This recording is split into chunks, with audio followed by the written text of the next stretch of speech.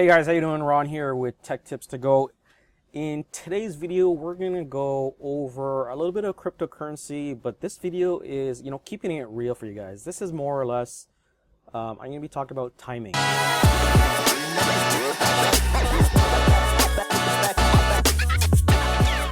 Guys, I'm gonna keep this real for you, and I've had multiple discussions with other entrepreneurs, other investors, etc. Even my friends, so I'm from a hometown from Ottawa. So I moved to Toronto when I finished school, I finished university, moved over to Toronto.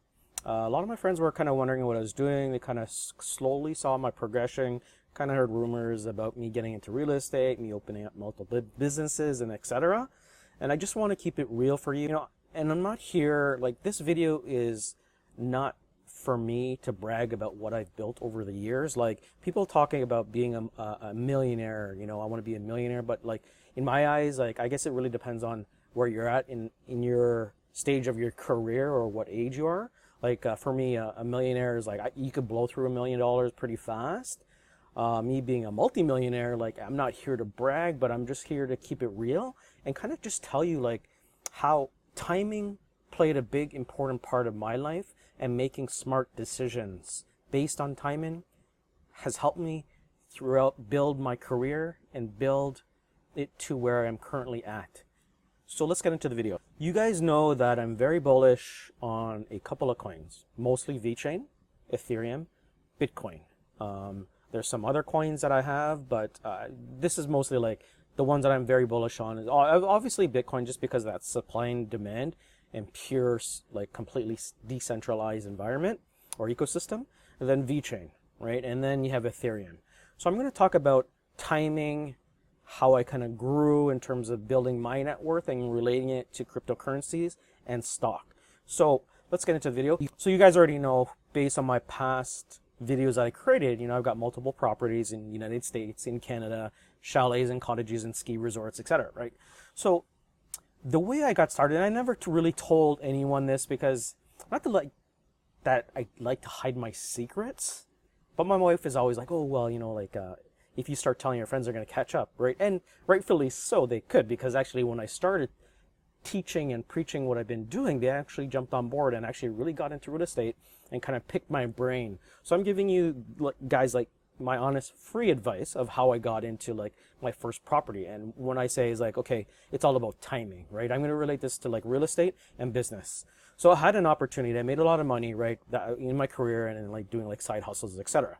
So I had a big chunk of money. Not a big chunk of money, but it was something that I bootstrapped that made money, right? Kind of doing side hustles, businesses, side projects, etc. So I had a bunch of money, and it was either buy a fancy car, go on nice vacations, blow it on stupid stuff, or take the opportunity to leverage what my wife and I were making as an income, take that to the bank, and get a deposit for the home for an investment property that we only required 5%.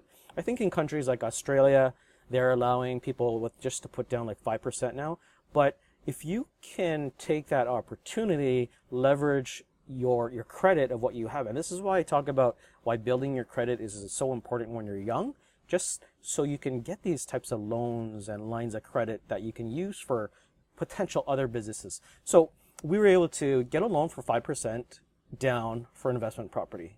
Now that one investment property grew into multiple opportunities. So after that first investment got into a second investment, now this is where it gets interesting. You guys know that my first business was kind of e-commerce or technology. Actually, first one was technology. I still have that today. Second was e-commerce. And guys, like I was saying, I built that business and bootstrapped it from the basement to what it is. But the thing is, I leveraged the equity line of credit that we had available because we built the equity in our real estate market. And when I say it's based on timing, we were able to get early in the market in real estate on these homes in Toronto because they were only going for $200,000, $190,000. And now, like I mentioned, that home that we have that is $190,000 is worth $700 some thousand. And at the start, we were only renting it for about $1,000. Now the rent in Toronto is like Manhattan. It's $3,000 for rent, right?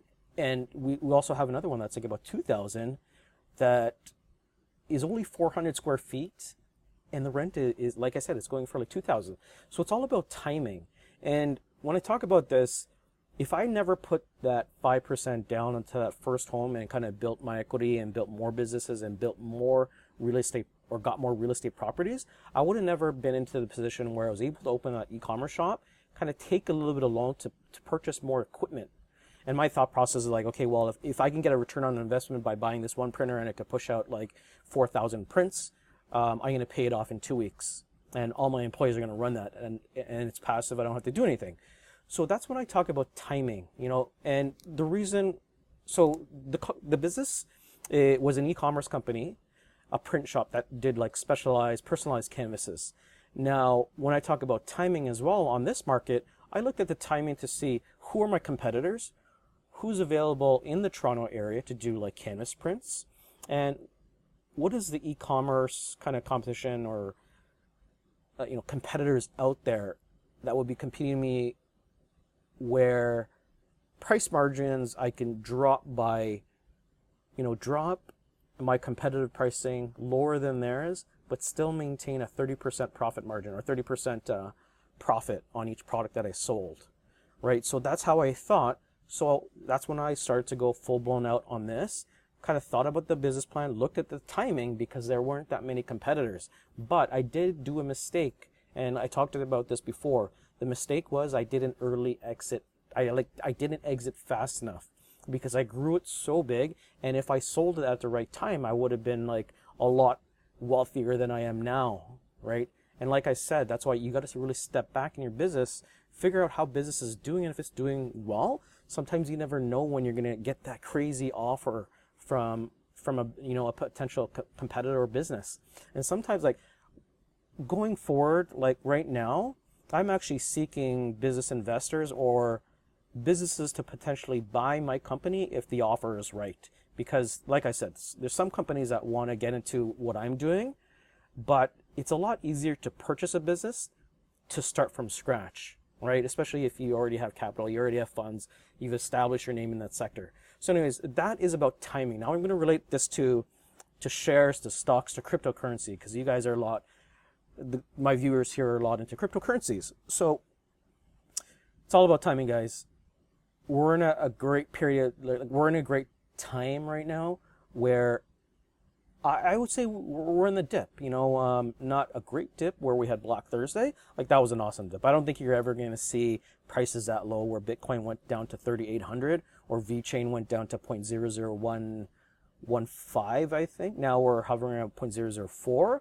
But I don't think we're going to get that low unless, VeChain goes completely down, the infrastructure goes down, the investors and the partnerships go down, which I don't see.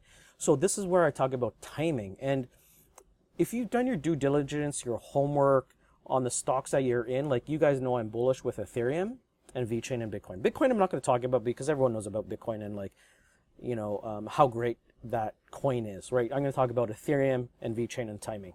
So with Ethereum, let's start with Ethereum. I'm going to save VeChain for later.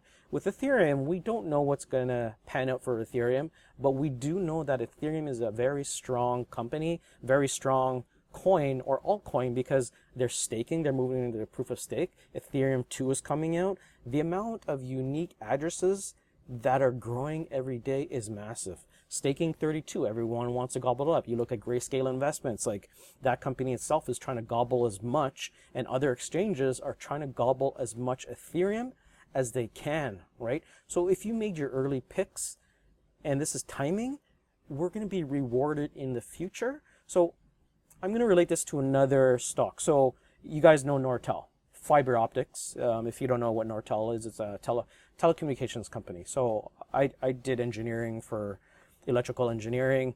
I got into fiber optic communications. So I work for a telco company, and when fiber optics was coming out, I invested into Nortel, and I think it was very low. I think it was like in dollars. Nortel actually grew to $70, kind of like overnight. So I was able to capitalize on that, and that was timing because I knew that this technology wasn't going anywhere. The amount of bandwidth people needed, the amount of file transfer that they needed to kind of send data from one core infrastructure, whether it's banking, to another bank, they needed underlying communications like fiber optics, telecommunications underneath the ground, and that was just growing by bandwidth. They call it OC3, OC12s, etc. And this relates to the same thing with Vechain, right? And Ethereum. Ethereum's great. I think just based on timing, if Ethereum does this right with ETH 2.0 and the amount of staking, supply and demand. I talked about this early in my video. Now, with Vechain, you guys know I'm super bullish on Vechain. And someone asked me this question, well, Ron, why are you so bullish on Vechain? I'm like, why would you not be bullish on Vechain? Right? We all know that VTHO, like the burn rate isn't big right now, right? And that's where my main complaint is. But, you know, to talk about that and to counter that is, well, we're in a pandemic. Businesses and the world are shut down.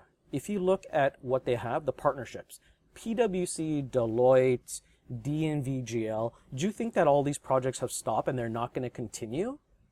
No, they are going to continue, and the VTH burn rate, once they get going, once they start getting more transactions, like Walmart starts adding more products on the line, like Walmart started with 30, started with 100, they got approved for like running blockchain patents or businesses in China. So what's not to say that Walmart is going to take those product lines and start fulfilling them throughout the 400 plus stores that they're going to be growing into China, right? Because we all seen the news on Walmart with one of the other videos. Walmart plans to invest to over, I think, 420 stores in China in 2020-21. Right? So imagine the amount of burn that VTHO or Vechain's ecosystem is going to have in the next coming years. And then you also look at projects like BYD. The city of Guan is going to be completely 100% blockchain enabled. What else? There's Reebons, there's H&M, 4,000 products, and I can go on and on and on. But I'm just saying that timing is everything.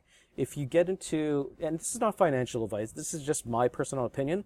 If you get into a stock or an altcoin or a cryptocurrency coin that you really believe in, that has a strong future, strong partnerships, I just think that we're going to be rewarded pretty well in the future, whether it be 1 year, whether it be 10 years, whether it be 5 years. I hope it's not going to be 10 years, to be honest, but 5 years is what it is. Like, and to relate that with timing, like I said, like if I didn't get into real estate and I didn't take a line of equity, the credit line of equity to purchase some machines and grow, like guys, we at one time we were growing so fast. Like I said, like our warehouse and our shelving, we had products all over the floor and we couldn't keep up with orders. It would take people like 8 weeks to get their product. That's how much we were printing. And I was running double shifts. The only thing I wasn't running was triple shifts because I wanted to maintain some kind of healthy balance where I didn't have an alarm go off like 4 in the morning, or I didn't have an employee calling me, oh, I've got this problem with this. I had employees calling me at like 6, 7 in the morning, I can't get in the office, I need more of this, like little text messages like crazy. So imagine if I ran a 24/7 shift, it would have been insane. So I kept my shifts from like 7 to 3, 3 to 11, and that was it. That kind of helped me keep sane. So anyways, that's kind of like the story about timing, and you guys might already know this, but I'm just kind of relating it to like, my business experience. And if you were to pick the right altcoins that have a great product and utility and future, then great. Not to say like Vechain will outlast all the other altcoins, but I do have a strong belief. Based on all the homework and the research and the partnerships, that's why I believe so strongly and very bullish on it. But who knows? Like, we could all be wrong, but that's the risk that I'm willing to take and bet on with Vechain and Ethereum and all the other altcoins I have. Mostly Ethereum and Vechain. Bitcoin's just Bitcoin. Like, it'll do well, right? So anyways, that's the end of my video. I'm going to make another one, kind of touch more on investments, real estate, and growing business, and specific way I was able to grow another company that I'll talk about. So anyways, thanks for subscribing. We're like at 655. Let's get to 1,000. Click the subscribe button and comment and ask me any question, guys, because all of the questions that you guys have, like every week I just pull up my phone and answer them and just shove it on YouTube so I can kind of engage with you guys with all these stay-at-home procedures. So anyways, I'll see you in the next video, guys.